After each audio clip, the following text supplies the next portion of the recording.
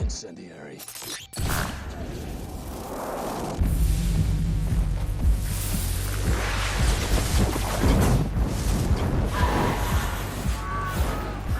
Ten adult underrated gritty 2000 AD anti-heroes you must explore. It would be a cardinal sin not to know about this weekly British science fiction anthology comic that will be celebrating its 44th anniversary this year. Initially published by IPC Magazines, 2000 AD happens to be the brainchild of comic writers Kelvin Gosnell, Pat Mills, and John Wagner. From electrifying catastrophic demolition to primeval excessive violence, the impact of this magazine can be literally experienced in echoes all over pulp society.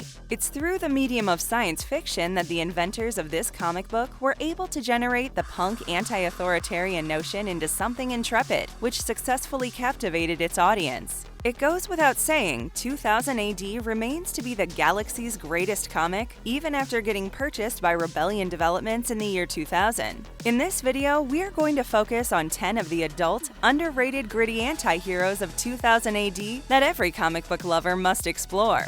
Before we go into our list, we have a very small request. If you like our content, please support us by subscribing to our channel. This is a small click from you, but it means a lot to us. Thank you. Let's begin.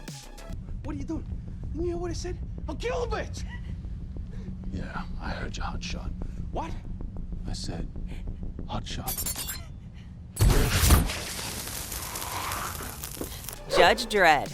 Mark our words when we tell you that there just cannot be any conversation about 2000 AD without Judge Dredd in it. As a law enforcement officer in the dystopian metropolis of Mega City 1, Judge Dredd happens to be a street judge with the authority to play the role of judge, jury, and executioner. From making his first appearance in 1977 in the second issue of 2000 AD, the magazine's longest-running character has had 2 live-action renditions on the big screen so far, along with a number of video game adaptations. Dredd has even appeared on radio plays and pinball machines. Created by writer John Wagner, artist Carlos Ezquerra, and editor Pat Mills, the world of Dredd accentuates dictatorship in relation to the law enforcers, and how management takes no accountability for the ruthlessness and unjustness felt by those who have become civilian casualties. There happens to be quite a number of Judge Dredd stories, which have notably shaped his character and his fictional world, adding to a much larger and interesting storyline. We have famous arcs like The Return of Rico, Blockmania, The Apocalypse War, City of the Damned, and America, where one gets to witness Dredd as an extremely compound character. There are times when you might wonder why is it that Dredd's face is never really shown. John Wagner later stated, "It sums up the facelessness of justice. Justice has no soul." In a way, we are also glad because that is precisely what makes the character of Dredd intriguingly mysterious at the same time. Now, when it comes to weapons and equipment that Dredd boasts, he happens to own a Lawmaster. This futuristic, heavy-duty motorcycle is his chief form of transportation. Dredd also wields a Lawgiver, which is a DNA-coated scattergun, pump-action shotgun, daystick, and boot knife in one. Do watch out for Judge Dredd, as he continues to be one of the most underrated, gritty 2000 AD anti-heroes that one will ever come across.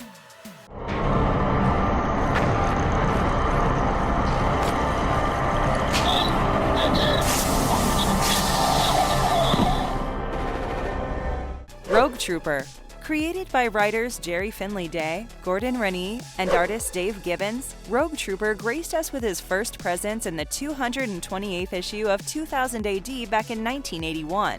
This blue-skinned genetic infantryman, genetically engineered to fight an interminable battle between the Norts and the Southers on the planet New Earth, instantly became a hit, gaining a massive following in the process. Rogue Trooper recounts the adventures of Rogue on the lookout for Traitor General, who has disclosed the location of the troops to the Norts. Rogue, having been the sole survivor of the ambush, swears to take revenge on the general. He, along with his comrades, who happen to be in the form of biochips, gunner on his rifle, bagman on his backpack, and helm on his helmet, effortlessly carry out the mission. It would not be wrong to say that the comic series did struggle for a while post-General Trader's elimination, but with Gibbons handling the relaunch in the series in 1989, Rogue Trooper was back again, and this time with a big bang. The flavor of the series was kept intact, only with the addition of Rogue's biochip associates upgraded as conventionally spiritual companions. While the original run ended in 1996, the protagonist of Rogue Trooper was brought back in 1999, and since then, all stories have had the original Rogue making its way to a number of 2000 AD crossovers. Rogue, who is resistant to almost every kind of poison, is capable of immersing in strong acid and still be unaffected. Apart from this, he can even sprint for 16 hours straight without a break, which shows how his level of endurance is greater than any normal human being. Rogue is quite the 2000 AD anti-hero, whom you must explore if you still have not. Strontium Dog. Well, if there happens to be one character who can be considered an equal to 2000 AD's Judge Dredd, then it unquestionably has to be Strontium Dog's Johnny Alpha. Formed by John Wagner and Carlos Ezquerra, the same creators of Judge Dredd, the character of Strontium Dog first popped up in a short-lived weekly sci-fi series Star-Lord, eventually joining the original 2000 AD League. The principal hero of the Strontium Dog happens to be a mutant called Johnny Alpha, whose glowing eyes allow him to see through objects and even read minds for that matter. Post the Great Nuclear War of 2150, there was an enormous rise in the birth of mutants because of exposure to strontium-90, a radioactive isotope. However, unlike the customary portrayal of mutants in comics, where they are usually plagued with physical abnormalities, the mutants here very quickly became a subjugated minority to the extent of being almost eradicated. That is, until an army of mutants is formed, leading to the mutant uprising of 2167 and Alpha as the leader. Alpha, who also happens to be the son of a dogmatic politician strictly against mutants, becomes a bounty hunter and, along with his human partner Wolf Sternhammer, travels through space and time, taking up jobs that nobody would even dare to. It goes without saying that Alpha is exceptionally skilled and proficient at blending his mutant supremacies with hand-to-hand combat as well as artillery. Always guarded with innovative technology, his equipment boasts a mutable cartridge blaster, electrified brass knuckles, a teleporter, a time device, and time bombs, which are capable of transferring somebody ahead or behind in time. What's even more intriguing is the fact that he can use his glowing gaze to impose massive headaches on his enemies, or let's say even make them see what he wants them to. Don't believe us? Well, all you need to do is just go through the story Judgment Day, where his character literally convinced Sabbat the Necromagus that the real Grim Reaper stood right behind him. To those of you who might be wondering if Johnny Alpha has appeared anywhere else apart from comics, well, he has in a couple of books, computer games, and radio sessions. The Ballad of Halo Jones. Written by Alan Moore and drawn by Ian Gibson, the fictional character of Halo Jones first appeared in the year 1984 and soon became one of the chief characters of 2000 AD. For starters, the idea of building the comic strip around an everyday, insignificant woman, especially one who is very characteristic of the place that she lives in, sets the tone of Halo Jones and irrefutably makes it different from the rest. The 3 books revolving around her have on display Jones bidding goodbye to her life in the Hoop, becoming a stewardess on a space voyage, and then finally ending up as a frontline soldier serving in a Vietnam-style guerrilla intergalactic war. The trio of books, co-created by Moore and Gibson, form the basis of a very well-executed futuristic world. And while they do make for a solid narrative, the initial plan was to extend all the way to 9 books. But things did not really materialize after Moore quit writing for 2000 AD because of a rights disputation concerning the character. Since the publication of the 3rd entry in 1986, fans of the series have been speculating on the possibility of having Halo back for more quests. The die-hard fans have every right to do so, since the last story did leave that door open given that her character was seen taking a spaceship absolutely resolute on taking control of her own destiny. Well, one can only wait to have her back. Commander. Rico. Mission. We're going to war. ABC Warriors. Co-created by Pat Mills, Kevin O'Neill, Mike McMahon, and Brendan McCarthy, ABC Warriors made its debut back in the 119th issue of 2000 AD in 1979. To those of you wondering about the acronym in the name, ABC Warriors happen to be a squad of war robots made to endure atomic, bacterial, and chemical warfare. The team was created to be a part of the everlasting Vulcan War, something that Pat Mills had described earlier in a number of 2000 AD series. After the war ended, the core 7 warriors, nicknamed the Magnificent Seven, were sent to Mars on a mission to make the planet safe for the human settlers there. Following their successful mission, the warriors separated, each going their own way. One of the most interesting things about ABC Warriors is how it manages to provide an ongoing foundation to a number of 2000 AD serials in a comprehensible time frame, connecting the universe of Judge Dredd with the world of Nemesis amongst many. Also, one would be entirely wrong to disregard this comic as just some strip about enormous fighting robots. There's a lot more to it as we get to see these robots highlighting some major themes revolving around duty, order, and chaos. Do watch out for the ABC Warriors, who happen to be quite the underrated, gritty anti-heroes of 2000 AD. Sláine.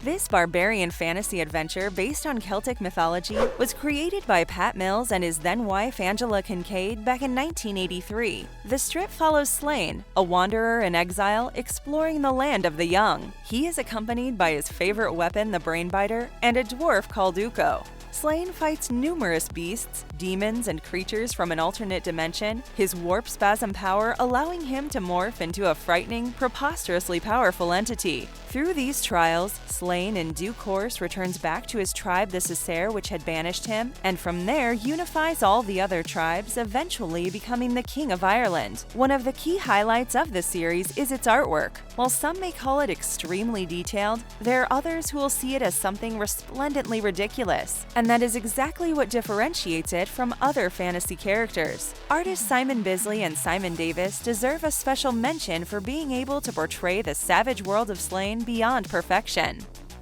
Sinister Dexter. Co-created by Dan Abnett and David Milgate, the narrative of Sinister Dexter features 2 hitmen, Finnegan Finney Sinister and Ramon Ray Dexter, in the city of Download. The duo made their first appearance back in 1995, and since then, the comic strip has followed them as they steer through a multitude of conflicts which take place in the Metropolis's underworld. Their task revolves around accepting jobs, giving protection, and schooling the new gun sharks. So, while in certain scenarios we have seen the duo escaping from prison and saving the world from a corresponding universe mob boss, the recent ones have re-established Finney and Ray as the hitmen. You might be astounded to know that the real inspiration behind Sinister Dexter came from the characters of Samuel L. Jackson and John Travolta in Quentin Tarantino's 1994 classic Pulp Fiction. It is a sheer delight to watch the two. Sinister as the superstitious Irish poet, and Dexter as the chic Spanish pop culture enthusiast blend together so well. While it goes without saying that they can be extremely brutal, they also happen to be alluring anti-heroes. The fact that they do not hurt those who have not committed any crimes makes them all the more charismatic.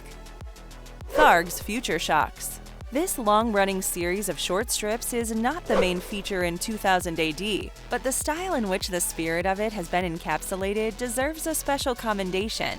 Tharg's Future Shocks is an anthology series that made its debut in the 25th issue, successfully established the style of the series, which would be a 2- or 3-page short sci-fi story blended with an unimaginable flip in the end, building a solid ground for artists, writers, and creators such as Peter Milligan, Alan Moore, Alan Davis, Grant Morrison, and Neil Gaiman. This extraordinarily simple idea has published most of these talented people's initial work. Coming back to the titular character of Tharg, his presence just cannot be overlooked. It is true that his Crypt Keeper-esque portrayal might seem a little old-fashioned going by today's standards, but the fact that he has been a uniting presence literally across eras in the strip cannot be ignored. While the change of the content is unavoidable, what is significant is that Tharg will remain no matter what. Do not even think of missing out on this underrated anti-hero of 2000 AD.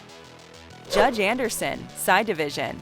When it comes to spin-offs in the world of comics, they are mostly unavoidable, and with an exciting character like Judge Dredd, spin-offs are meant to happen. But the most noteworthy Dredd spin-off so far happens to be the character of Judge Anderson in Judge Anderson's Psi-Division. This fictitious law enforcer, introduced by John Wagner and artist Brian Ballad, first appeared as a supporting character in the 1980 story Judge Death in the 150th issue of 2000 AD. Her character became so popular amongst the fans that it led to her star in her own series called Anderson's Psi-Division. The character of Anderson sets a way more fitting face for the dystopian metropolis of Megacity 1. Anderson balances the uncompromising ethics of Dredd with her humanistic approach. If you happen to follow these comic strips, you will know that both these characters have grown old in real time since their first appearances, and this undoubtedly makes them the chief and older protagonists in the comic industry today. Known primarily for her psychic and precognitive skills, Anderson's solo series tends to take on a more noticeably superhuman tone than the core Dredd series. Also, not many happen to know of this, but there is a prevalent mix-up that the co-creator Brian Ballad has based her on a famed American singer, songwriter, and actress Debbie Harry. Ballad's Anderson has got nothing to do with Harry. In fact, it was later reported that the comic's blonde female assistant editor at the time was the actual inspiration for her aesthetic. DR and Quinch. This particular comic strip about two criminal alien dropouts was co-created by Alan Moore and Alan Davis. Making their debut in the year 1983, alien teenage students Waldo Diminished Responsibility Dobbs and Ernest Errol Quinch travel to Earth with the help of a time machine and determine countless events in the human history through their repeatedly vehement mishaps. While DR happens to be a devious criminal mastermind, Quinch, on the other hand, is his beefy, purple-skinned partner in crime. Do believe us when we tell you that DR and Quinch might perhaps be one of the most fun comic books that Moore has ever worked on. While Davis's art boasts its customary quirkiness, it is Moore's connection to the title that is unique, especially when one takes a look at the seriousness of his works. The unruly humor of the series got so famous amongst its audiences that it actually won the 1985 Eagle Award for character most worthy of own title. Even Crazy Chrissy, DR's girlfriend, and Pulgar, the paranoid veteran of the Goyogi Slime Jungle Wards, were both nominated in the Favorite Supporting Character category. Every bit worthy of attention, the series has maintained a strong repute since its first publication. So it did come as a major shock when DR and Quinch suddenly paused after the release of 5 complete stories. If you guys enjoyed this video, give us a like, subscribe, and press that bell icon that will help you get notifications. We upload an awesome video every day. Have an amazing day ahead and stay safe. Robot! Rip his arms and legs off. No! You save his head for last. I don't want him to miss anything! Anything! No!